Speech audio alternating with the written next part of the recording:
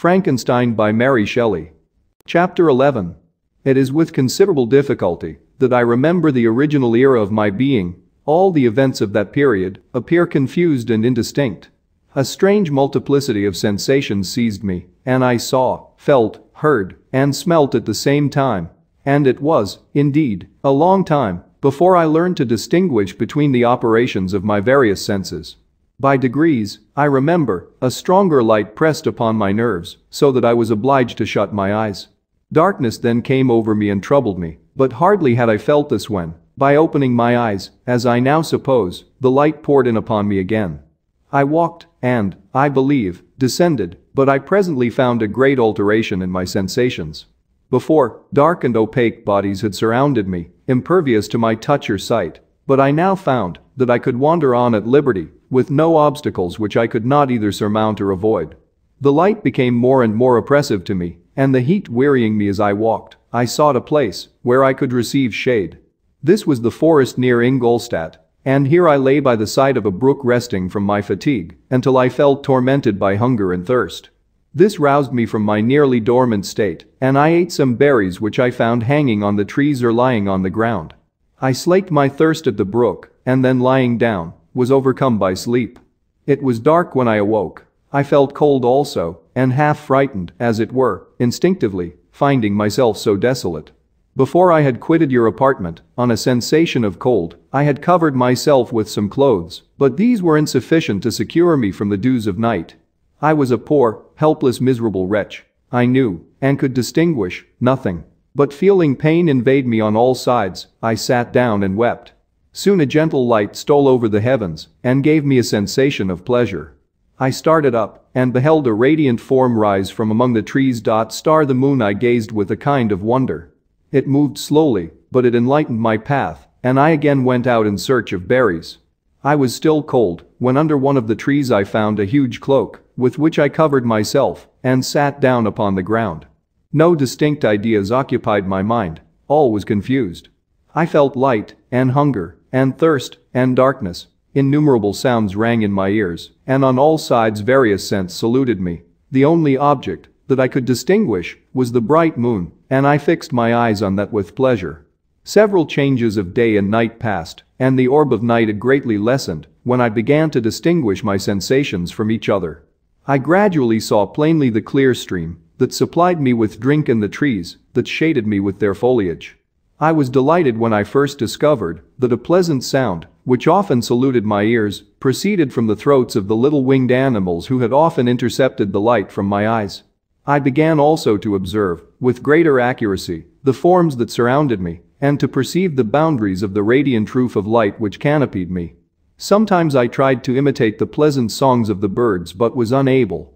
Sometimes I wished to express my sensations in my own mode, but the uncouth and inarticulate sounds which broke from me frightened me into silence again. The moon had disappeared from the night, and again, with a lessened form, showed itself, while I still remained in the forest.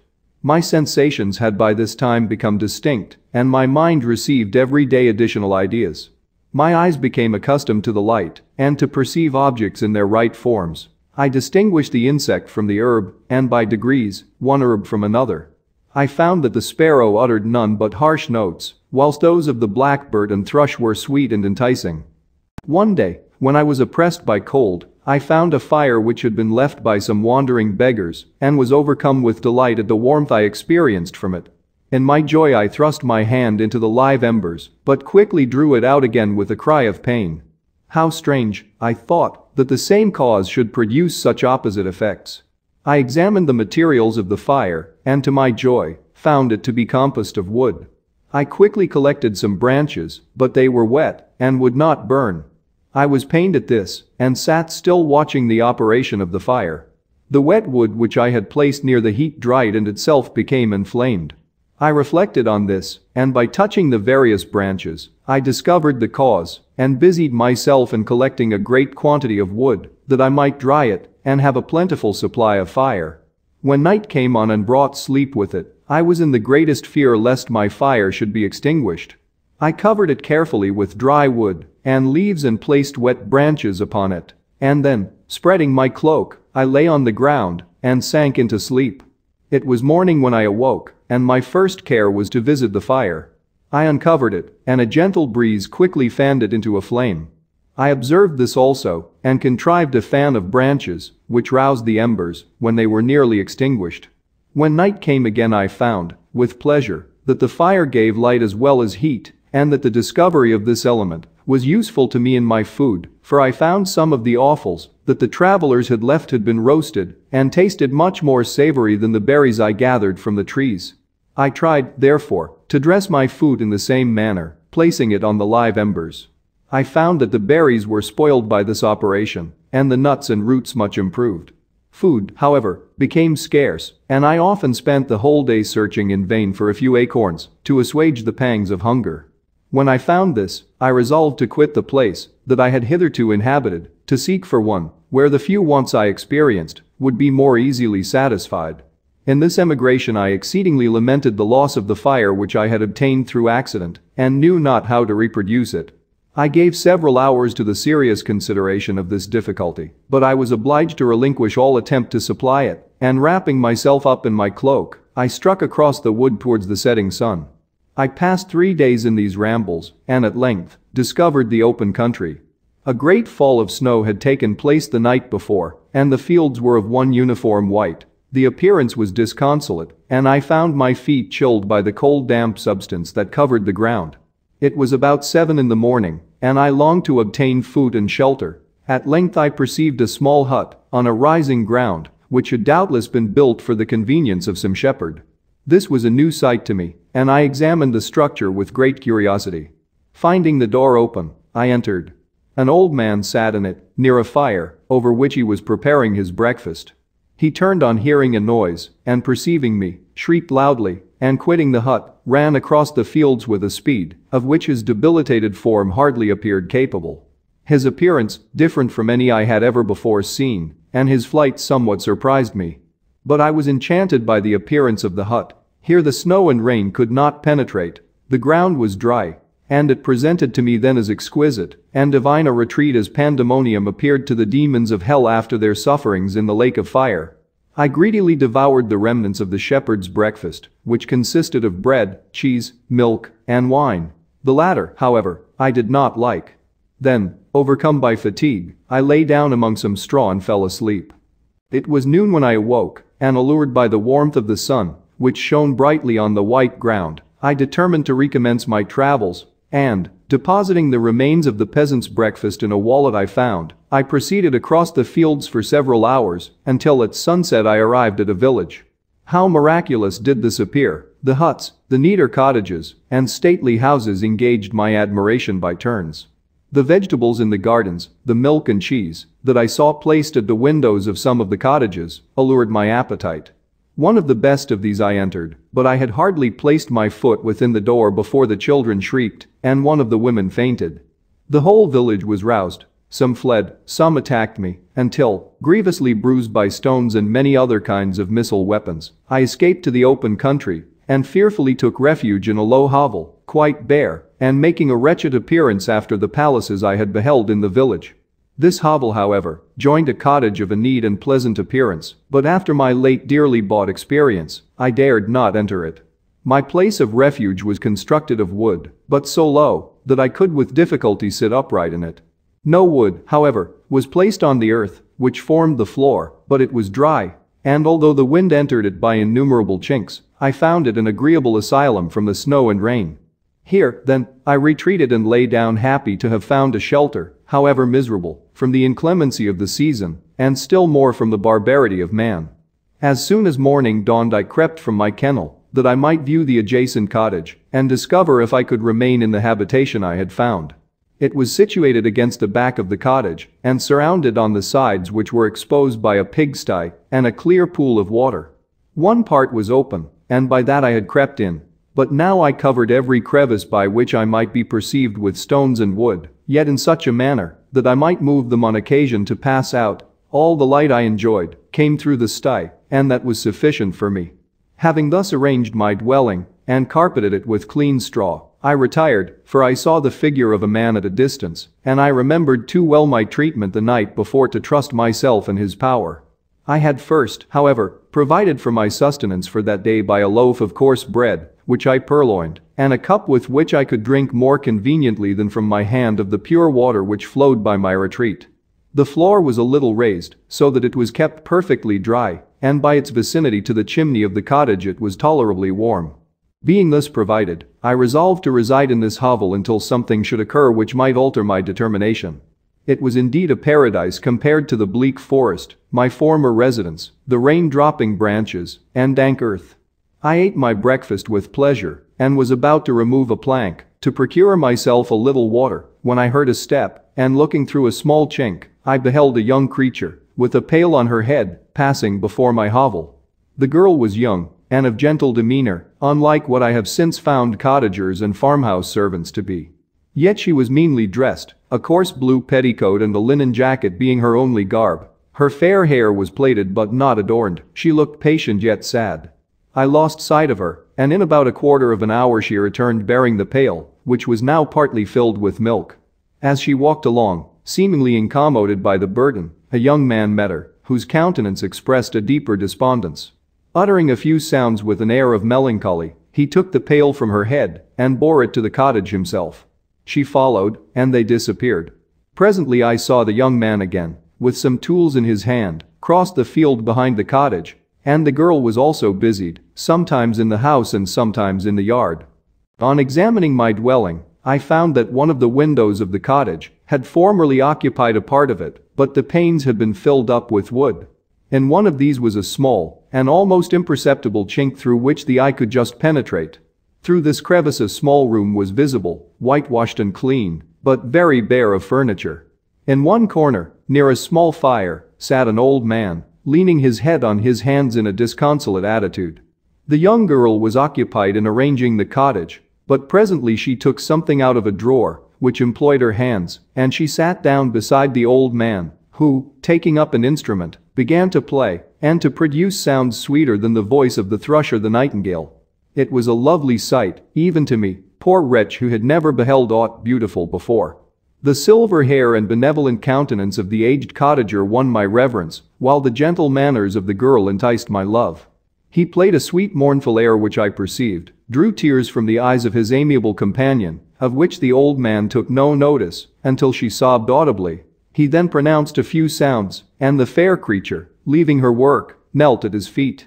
He raised her, and smiled with such kindness and affection, that I felt sensations of a peculiar and overpowering nature. They were a mixture of pain and pleasure, such as I had never before experienced, either from hunger or cold, warmth or food, and I withdrew from the window, unable to bear these emotions.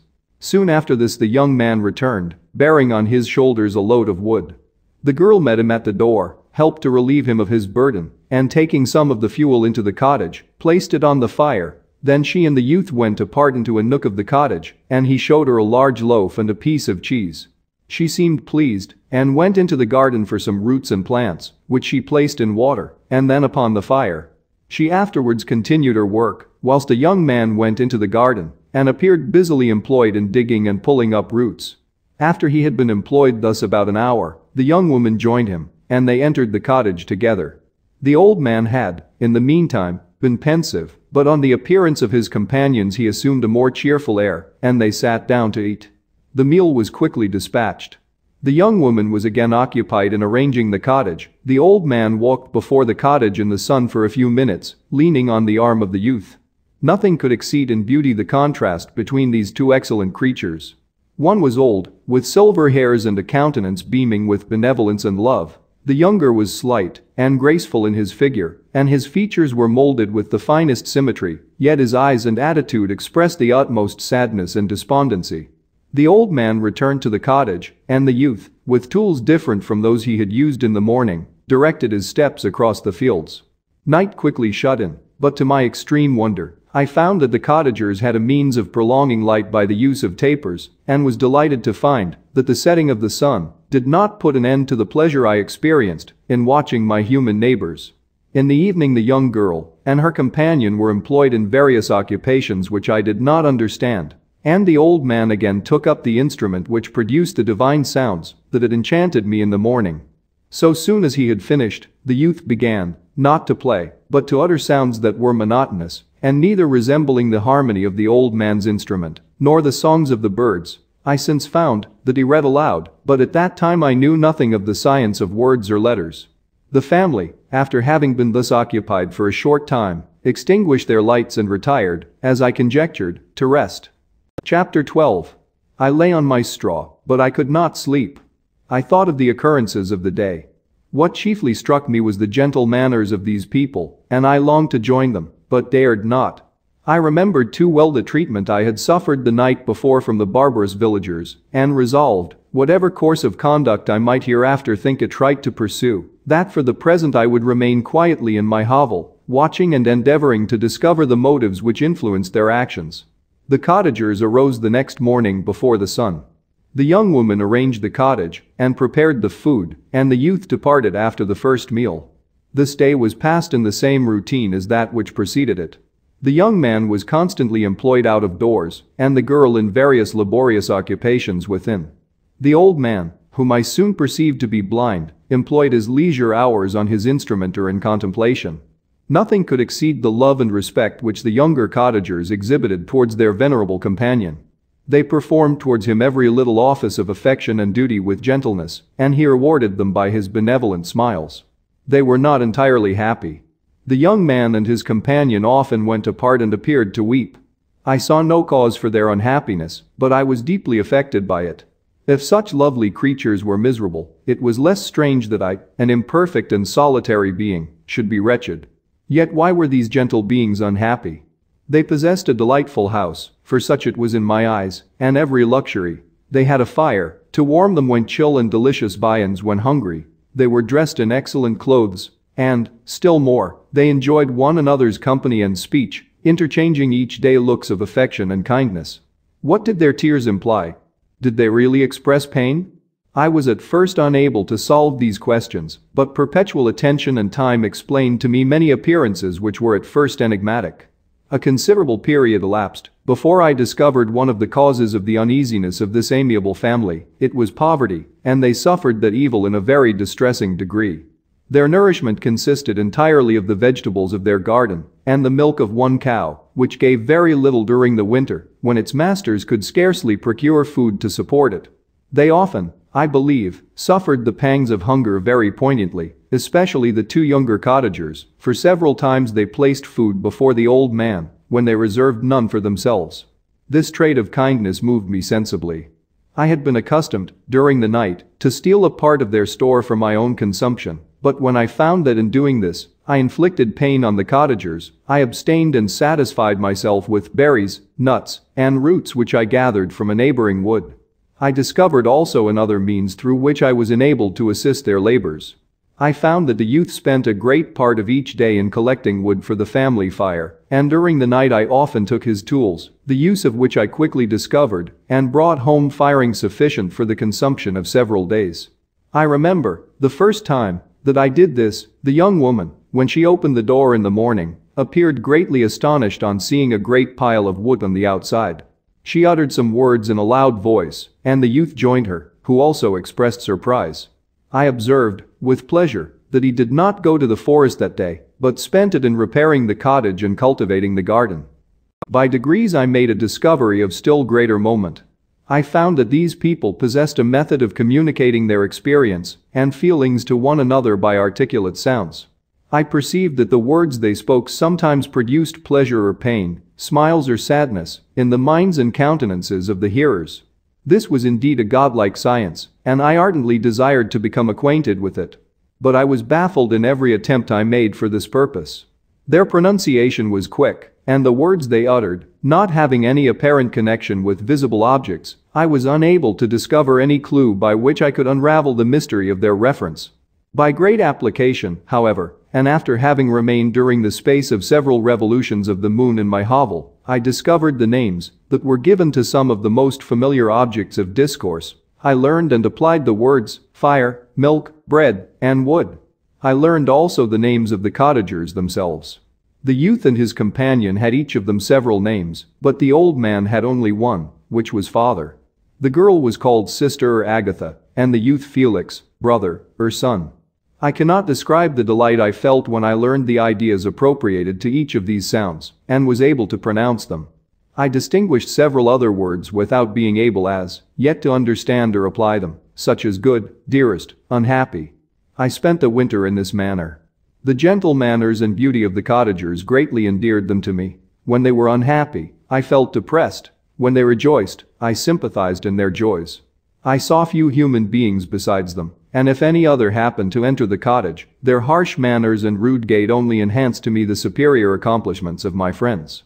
The old man, I could perceive, often endeavored to encourage his children, as sometimes I found that he called them, to cast off their melancholy. He would talk in a cheerful accent, with an expression of goodness that bestowed pleasure even upon me.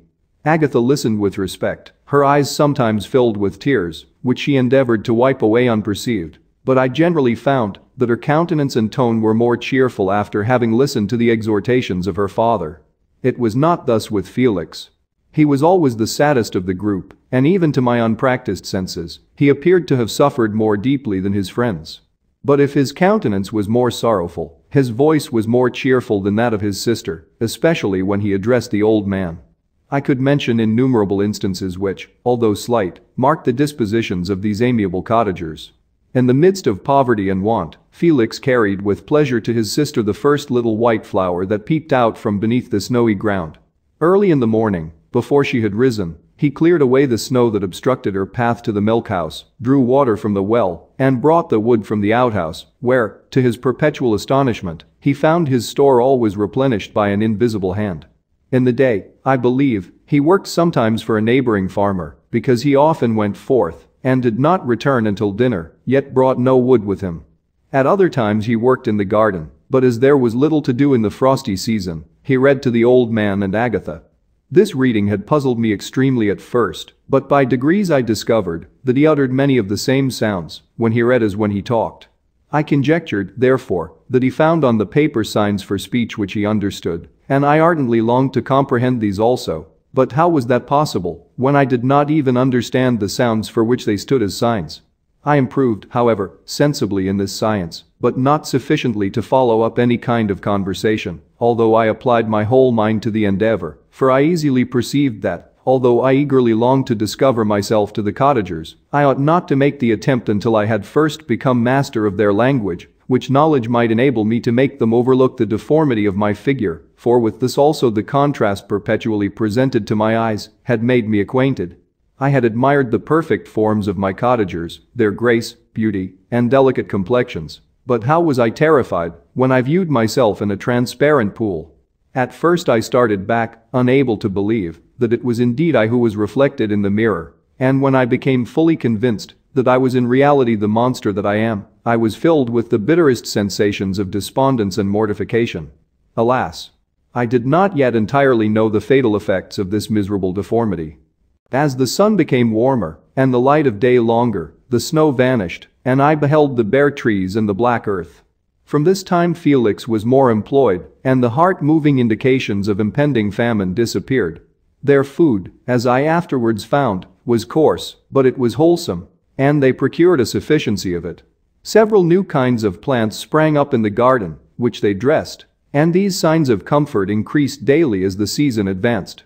The old man, leaning on his son, walked each day at noon, when it did not rain, as I found it was called when the heavens poured forth its waters. This frequently took place, but a high wind quickly dried the earth, and the season became far more pleasant than it had been. My mode of life in my hovel was uniform. During the morning I attended the motions of the cottagers, and when they were dispersed in various occupations, I slept. The remainder of the day was spent in observing my friends. When they had retired to rest, if there was any moon or the night was starlight, I went into the woods and collected my own food and fuel for the cottage. When I returned, as often as it was necessary, I cleared their path from the snow and performed those offices that I had seen done by Felix. I afterwards found that these labors, performed by an invisible hand, greatly astonished them, and once or twice I heard them, on these occasions, utter the words good spirit, wonderful, but I did not then understand the signification of these terms. My thoughts now became more active, and I longed to discover the motives and feelings of these lovely creatures. I was inquisitive to know why Felix appeared so miserable and Agatha so sad. I thought, foolish wretch, that it might be in my power to restore happiness to these deserving people. When I slept or was absent, the forms of the venerable blind father, the gentle Agatha, and the excellent Felix flitted before me. I looked upon them as superior beings who would be the arbiters of my future destiny. I formed in my imagination 1,000 pictures of presenting myself to them and their reception of me. I imagined that they would be disgusted until, by my gentle demeanor and conciliating words, I should first win their favor and afterwards their love. These thoughts exhilarated me and led me to apply with fresh ardor to the acquiring the art of language. My organs were indeed harsh, but supple, and although my voice was very unlike the soft music of their tones, yet I pronounced such words as I understood with tolerable ease. It was as the ass and the lapdog, yet surely the gentle ass whose intentions were affectionate, although his manners were rude, deserved better treatment than blows and execration. The pleasant showers and genial warmth of spring greatly altered the aspect of the earth. Men who before this change seemed to have been hid in caves dispersed themselves and were employed in various arts of cultivation. The birds sang in more cheerful notes, and the leaves began to bud forth on the trees. Happy, happy earth! Fit habitation for gods, which, so short a time before, was bleak, damp, and unwholesome.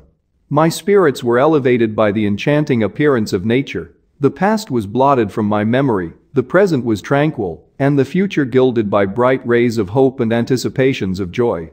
Chapter 13. I now hasten to the more moving part of my story. I shall relate events that impressed me with feelings which, from what I had been, have made me what I am. Spring advanced rapidly, the weather became fine, and the skies cloudless. It surprised me that, what before was desert and gloomy should now bloom with the most beautiful flowers and verdure. My senses were gratified and refreshed by 1,000 scents of delight and 1,000 sights of beauty. It was on one of these days, when my cottagers periodically rested from labor, the old man played on his guitar, and the children listened to him, that I observed the countenance of Felix was melancholy beyond expression. He sighed frequently, and once his father paused in his music, and I conjectured by his manner that he inquired the cause of his son's sorrow. Felix replied in a cheerful accent, and the old man was recommencing his music when someone tapped at the door. It was a lady on horseback, accompanied by a countryman as a guide. The lady was dressed in a dark suit and covered with a thick black veil. Agatha asked a question, to which the stranger only replied by pronouncing, in a sweet accent, the name of Felix. Her voice was musical but unlike that of either of my friends. On hearing this word, Felix came up hastily to the lady, who, when she saw him, threw up her veil, and I beheld a countenance of angelic beauty and expression. Her hair of a shining raven black, and curiously braided, her eyes were dark, but gentle, although animated, her features of irregular proportion, and her complexion wondrously fair, each cheek tinged with a lovely pink. Felix seemed ravished with delight when he saw her, every trait of sorrow vanished from his face, and it instantly expressed a degree of ecstatic joy, of which I could hardly have believed it capable. His eyes sparkled, as his cheek flushed with pleasure, and at that moment I thought him as beautiful as the stranger. She appeared affected by different feelings. Wiping a few tears from her lovely eyes, she held out her hand to Felix, who kissed it rapturously and called her, as well as I could distinguish, his sweet Arabian. She did not appear to understand him, but smiled. He assisted her to dismount, and dismissing her guide, conducted her into the cottage. Some conversation took place between him and his father, and the young stranger knelt at the old man's feet and would have kissed his hand, but he raised her and embraced her affectionately. I soon perceived that, although the stranger uttered articulate sounds and appeared to have a language of her own, she was neither understood by nor herself understood the cottagers. They made many signs which I did not comprehend, but I saw that her presence diffused gladness through the cottage, dispelling their sorrow as the sun dissipates the morning mists. Felix seemed peculiarly happy, and with smiles of delight welcomed his Arabian. Agatha, the ever-gentle Agatha, kissed the hands of the lovely stranger, and pointing to her brother, made signs which appeared to me to mean that he had been sorrowful until she came. Some hours passed thus, while they, by their countenances, expressed joy, the cause of which I did not comprehend. Presently I found, by the frequent recurrence of some sound which the stranger repeated after them, that she was endeavoring to learn their language, And the idea instantly occurred to me that I should make use of the same instructions to the same end. The stranger learned about 20 words at the first lesson. Most of them, indeed, were those which I had before understood, but I profited by the others. As night came on, Agatha and the Arabian retired early. When they separated, Felix kissed the hand of the stranger and said, "Good night, sweet Safie." He sat up much longer, conversing with his father, and by the frequent repetition of her name I conjectured that their lovely guest was the subject of their conversation. I ardently desired to understand them and bent every faculty towards that purpose, but found it utterly impossible. The next morning Felix went out to his work, and after the usual occupations of Agatha were finished, the Arabian sat at the feet of the old man and, taking his guitar, played some airs so entrancingly beautiful that they at once drew tears of sorrow and delight from my eyes. She sang, and her voice flowed in a rich cadence, swelling or dying away like a nightingale of the woods. When she had finished, she gave the guitar to Agatha, who at first declined it. She played a simple air, and her voice accompanied it in sweet accents, but unlike the wondrous strain of the stranger. The old man appeared enraptured and said some words which Agatha endeavored to explain to Safie, and by which he appeared to wish to express that she bestowed on him the greatest delight by her music. The days now passed as peaceably as before, with the sole alteration that joy had taken place of sadness in the countenances of my friends. Safie was always gay and happy. She and I improved rapidly in the knowledge of language, so that in 2 months I began to comprehend most of the words uttered by my protectors.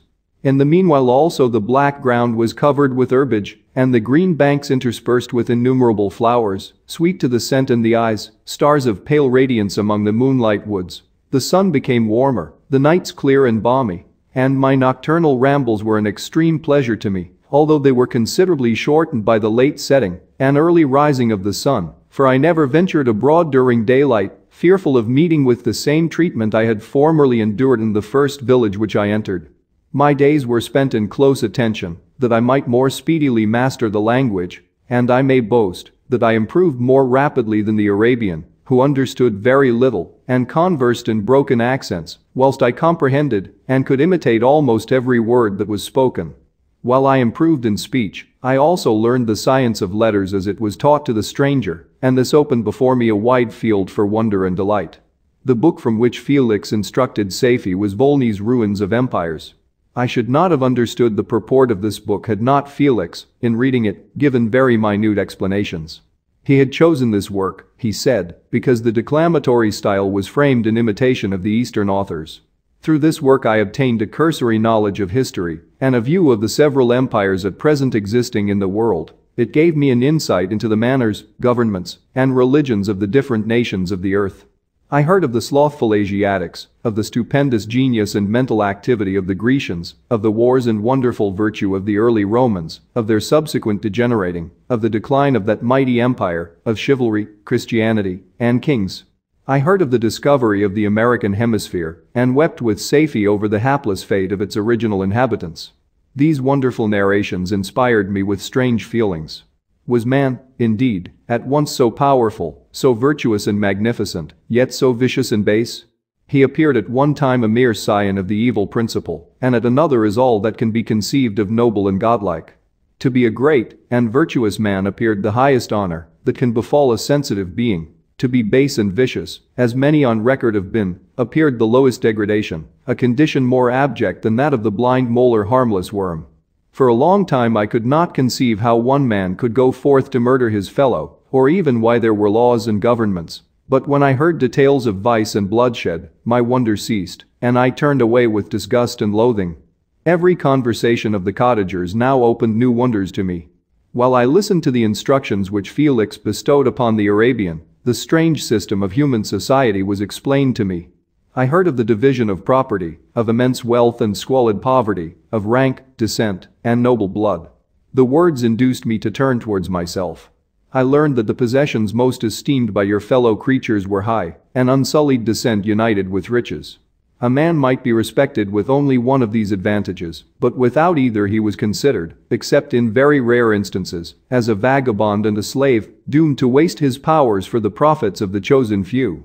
And what was I?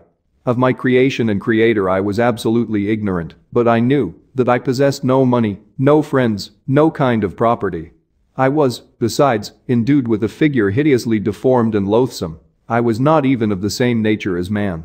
I was more agile than they, and could subsist upon coarser diet. I bore the extremes of heat and cold with less injury to my frame. My stature far exceeded theirs. When I looked around I saw and heard of none like me. Was I, then, a monster, a blot upon the earth, from which all men fled, and whom all men disowned? I cannot describe to you the agony that these reflections inflicted upon me. I tried to dispel them, but sorrow only increased with knowledge. Oh, that I had forever remained in my native wood, nor known nor felt beyond the sensations of hunger, thirst, and heat. Of what a strange nature is knowledge! It clings to the mind when it has once seized on it like a lichen on the rock. I wished sometimes to shake off all thought and feeling, but I learned that there was but one means to overcome the sensation of pain, and that was death, a state which I feared yet did not understand. I admired virtue and good feelings, and loved the gentle manners and amiable qualities of my cottagers, but I was shut out from intercourse with them, except through means which I obtained by stealth, when I was unseen and unknown, and which rather increased than satisfied the desire I had of becoming one among my fellows. The gentle words of Agatha and the animated smiles of the charming Arabian were not for me. The mild exhortations of the old man and the lively conversation of the loved Felix were not for me. Miserable unhappy wretch. Other lessons were impressed upon me even more deeply. I heard of the difference of sexes and the birth and growth of children, how the father doted on the smiles of the infant and the lively sallies of the older child, how all the life and cares of the mother were wrapped up in the precious charge, how the mind of youth expanded and gained knowledge of brother, sister, and all the various relationships which bind one human being to another in mutual bonds. But where were my friends and relations? No father had watched my infant days, no mother had blessed me with smiles and caresses, or if they had, all my past life was now a blot, a blind vacancy in which I distinguished nothing. From my earliest remembrance I had been as I then was in height and proportion. I had never yet seen a being resembling me, or who claimed any intercourse with me. What was I? The question again recurred, to be answered only with groans. I will soon explain to what these feelings tended, but allow me now to return to the cottagers, whose story excited in me such various feelings of indignation, delight, and wonder, but which all terminated in additional love and reverence for my protectors, for so I loved, in an innocent, half-painful self-deceit, to call them. Chapter 14. Some time elapsed before I learned the history of my friends. It was one which could not fail to impress itself deeply on my mind, unfolding as it did a number of circumstances, each interesting and wonderful to one so utterly inexperienced as I was. The name of the old man was de Lacy. He was descended from a good family in France, where he had lived for many years in affluence, respected by his superiors and beloved by his equals. His son was bred in the service of his country, and Agatha had ranked with ladies of the highest distinction. A few months before my arrival they had lived in a large and luxurious city called Paris, surrounded by friends and possessed of every enjoyment which virtue, refinement of intellect, or taste, accompanied by a moderate fortune, could afford. The father of Safie had been the cause of their ruin. He was a Turkish merchant and had inhabited Paris for many years when, for some reason which I could not learn, he became obnoxious to the government. He was seized and cast into prison the very day that Safie arrived from Constantinople to join him. He was tried and condemned to death. The injustice of his sentence was very flagrant, all Paris was indignant, and it was judged that his religion and wealth, rather than the crime alleged against him, had been the cause of his condemnation. Felix had accidentally been present at the trial. His horror and indignation were uncontrollable when he heard the decision of the court. He made, at that moment, a solemn vow to deliver him, and then looked around for the means. After many fruitless attempts to gain admittance to the prison, he found a strongly grated window in an unguarded part of the building, which lighted the dungeon of the unfortunate Mohammedan, who, loaded with chains, waited in despair the execution of the barbarous sentence. Felix visited the grate at night and made known to the prisoner his intentions in his favor. The Turk, amazed and delighted, endeavored to kindle the zeal of his deliverer by promises of reward and wealth. Felix rejected his offers with contempt, yet when he saw the lovely Safie, who was allowed to visit her father, and who by her gestures expressed her lively gratitude, the youth could not help owning to his own mind that the captive possessed a treasure which would fully reward his toil and hazard. The Turk quickly perceived the impression that his daughter had made on the heart of Felix and endeavored to secure him more entirely in his interests by the promise of her hand in marriage so soon as he should be conveyed to a place of safety. Felix was too delicate to accept this offer, yet he looked forward to the probability of the event as to the consummation of his happiness. During the ensuing days, while the preparations were going forward for the escape of the merchant, the zeal of Felix was warmed by several letters that he received from this lovely girl, who found means to express her thoughts in the language of her lover by the aid of an old man, a servant of her father who understood French. She thanked him in the most ardent terms for his intended services towards her parent, and at the same time she gently deplored her own fate.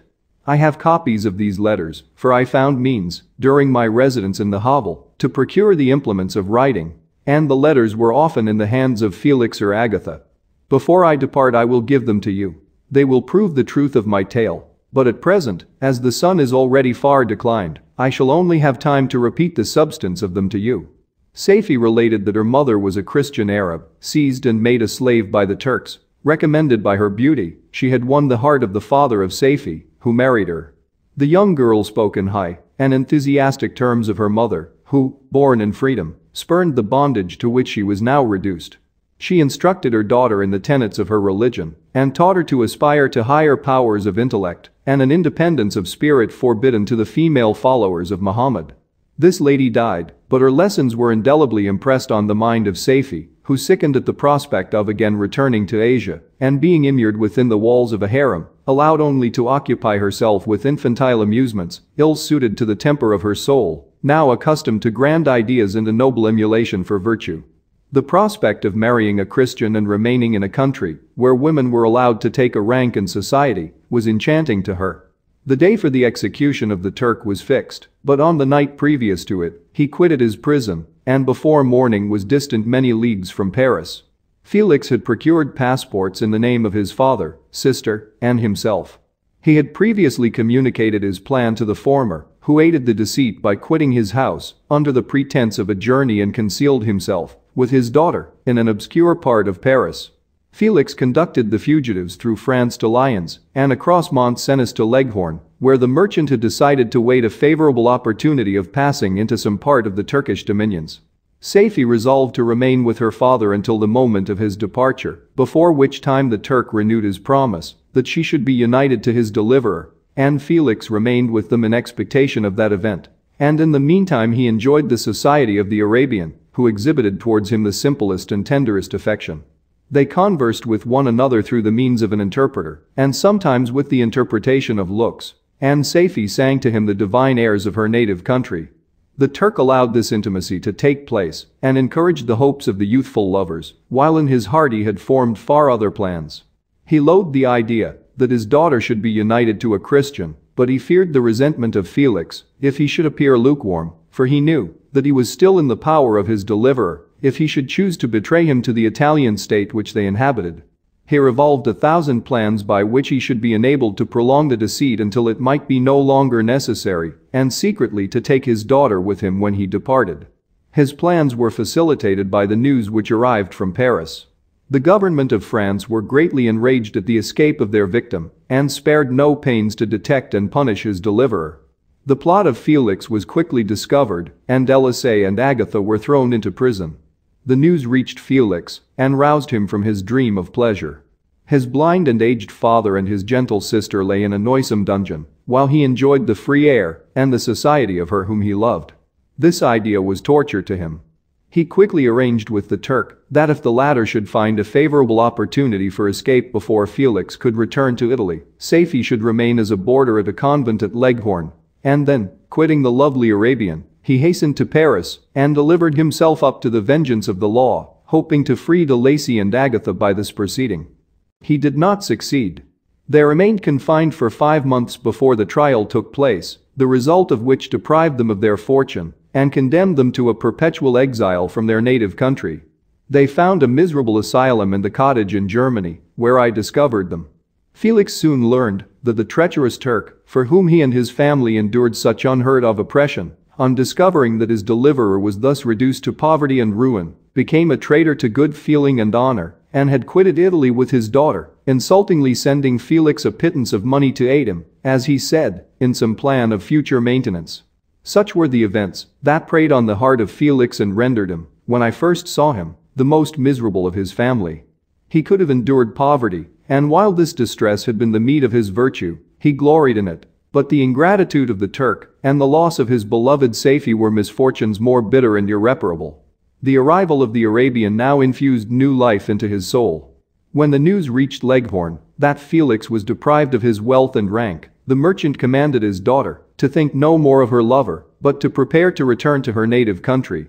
The generous nature of Safie was outraged by this command. She attempted to expostulate with her father, but he left her angrily, reiterating his tyrannical mandate.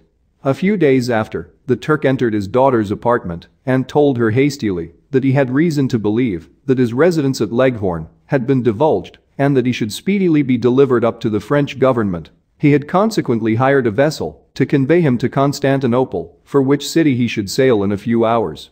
He intended to leave his daughter under the care of a confidential servant to follow at her leisure with the greater part of his property, which had not yet arrived at Leghorn. When alone, Safie resolved in her own mind the plan of conduct that it would become her to pursue in this emergency. A residence in Turkey was abhorrent to her. Her religion and her feelings were alike averse to it. By some papers of her father which fell into her hands she heard of the exile of her lover and learnt the name of the spot where he then resided. She hesitated some time, but at length she formed her determination. Taking with her some jewels that belonged to her and a sum of money, she quitted Italy with an attendant, a native of Leghorn, but who understood the common language of Turkey, and departed for Germany. She arrived in safety at a town about 20 leagues from the cottage of de Lacy when her attendant fell dangerously ill.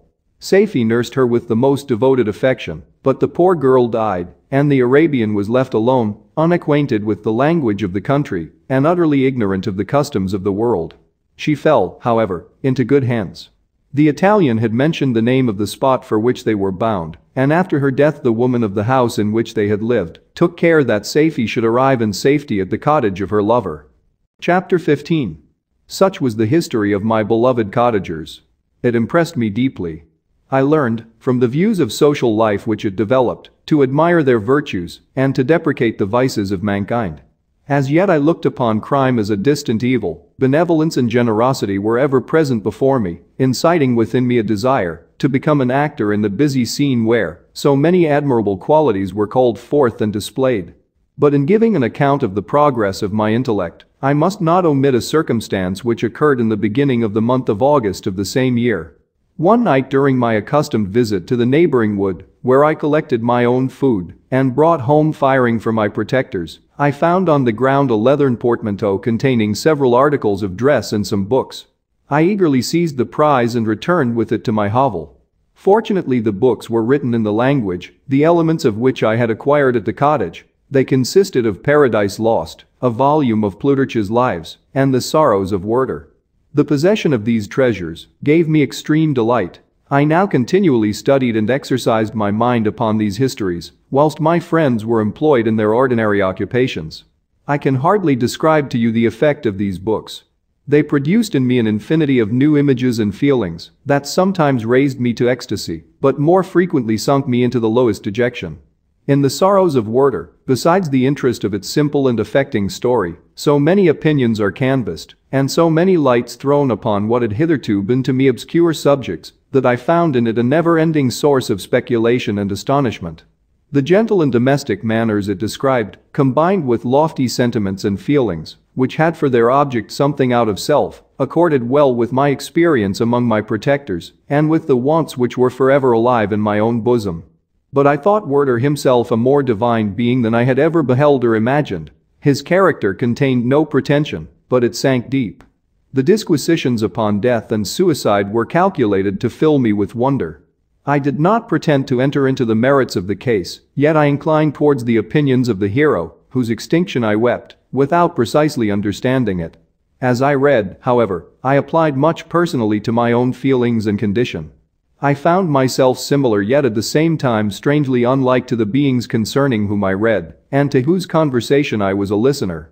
I sympathized with and partly understood them, but I was unformed in mind. I was dependent on none and related to none. The path of my departure was free, and there was none to lament my annihilation.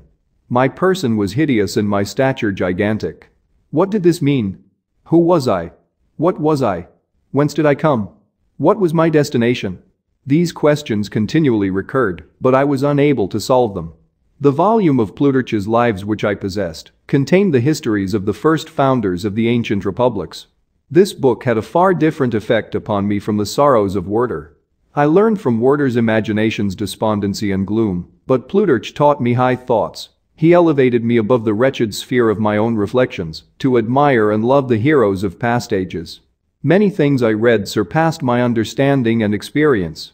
I had a very confused knowledge of kingdoms, wide extents of country, mighty rivers, and boundless seas. But I was perfectly unacquainted with towns and large assemblages of men. The cottage of my protectors had been the only school in which I had studied human nature, but this book developed new and mightier scenes of action. I read of men concerned in public affairs, governing or massacring their species.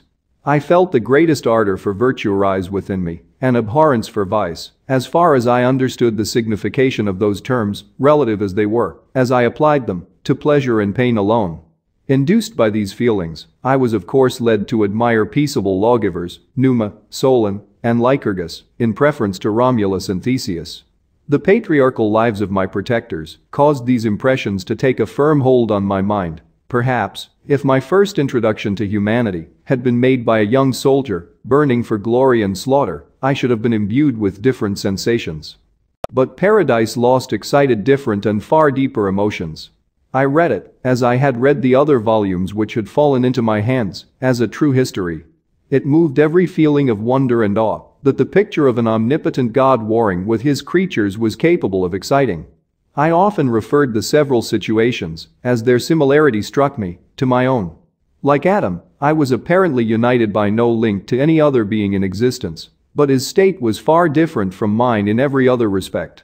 He had come forth from the hands of God a perfect creature, happy and prosperous, guarded by the especial care of his Creator. He was allowed to converse with and acquire knowledge from beings of a superior nature, but I was wretched, helpless, and alone.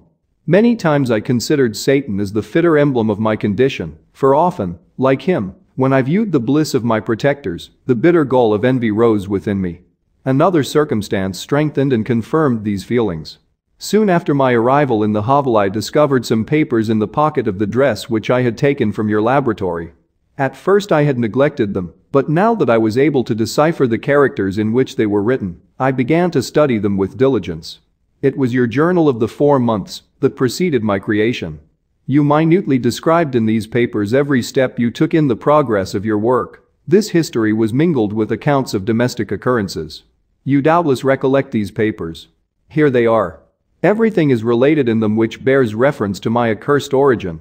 The whole detail of that series of disgusting circumstances which produced it is set in view. The minutest description of my odious and loathsome person is given, in language which painted your own horrors and rendered mine indelible.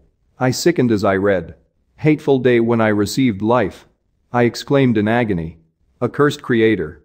Why did you form a monster, so hideous that even you turned from me in disgust? God, in pity, made man beautiful and alluring, after his own image, but my form is a filthy type of yours, more horrid even from the very resemblance. Satan had his companions, fellow devils, to admire and encourage him, but I am solitary and abhorred.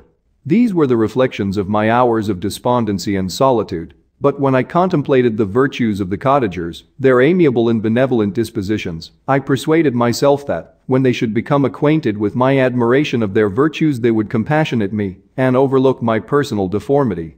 Could they turn from their door one, however monstrous, who solicited their compassion and friendship?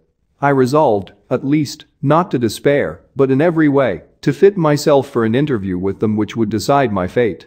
I postponed this attempt for some months longer, for the importance attached to its success inspired me with a dread lest I should fail.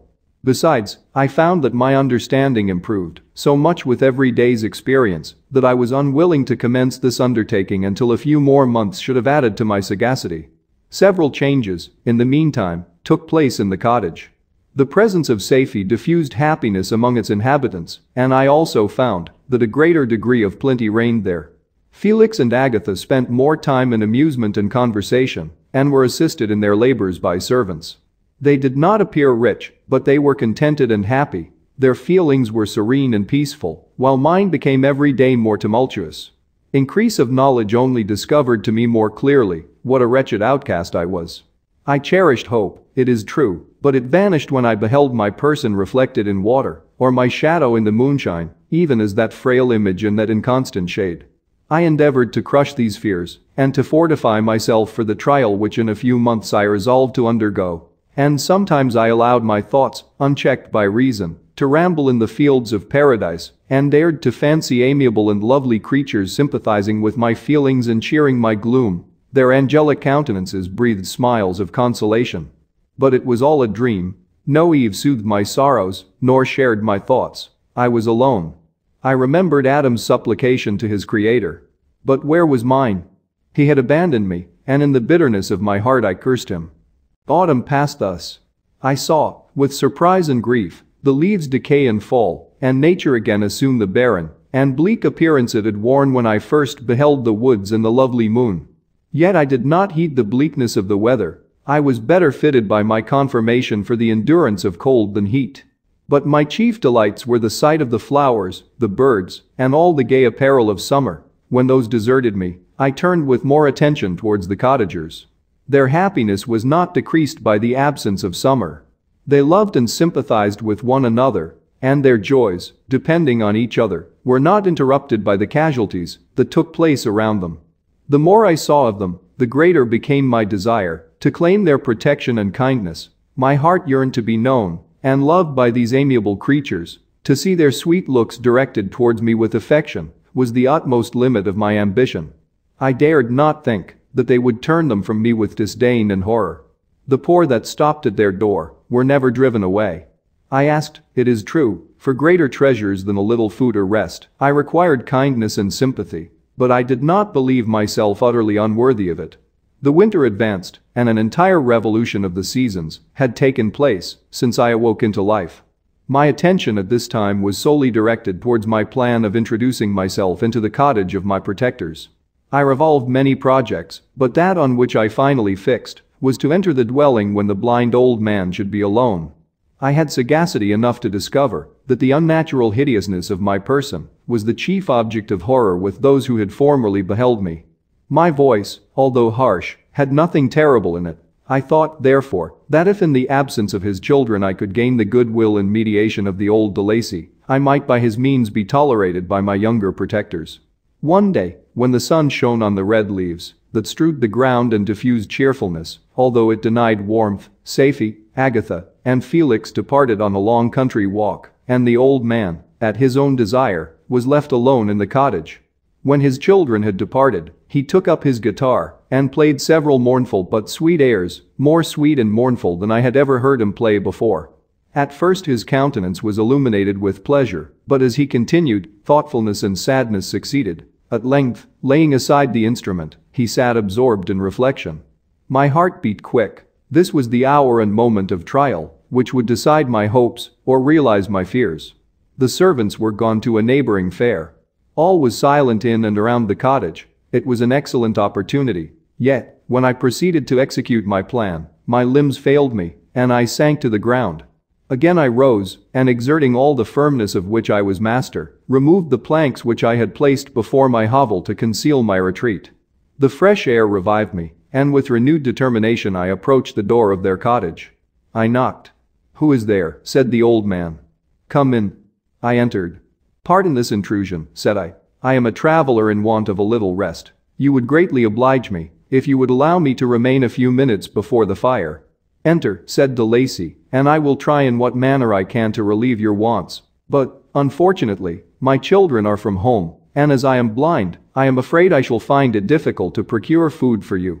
"Do not trouble yourself, my kind host. I have food. It is warmth and rest, only that I need. I sat down, and a silence ensued. I knew that every minute was precious to me, yet I remained irresolute in what manner to commence the interview when the old man addressed me. "By your language, stranger, I suppose you are my countryman. Are you French?"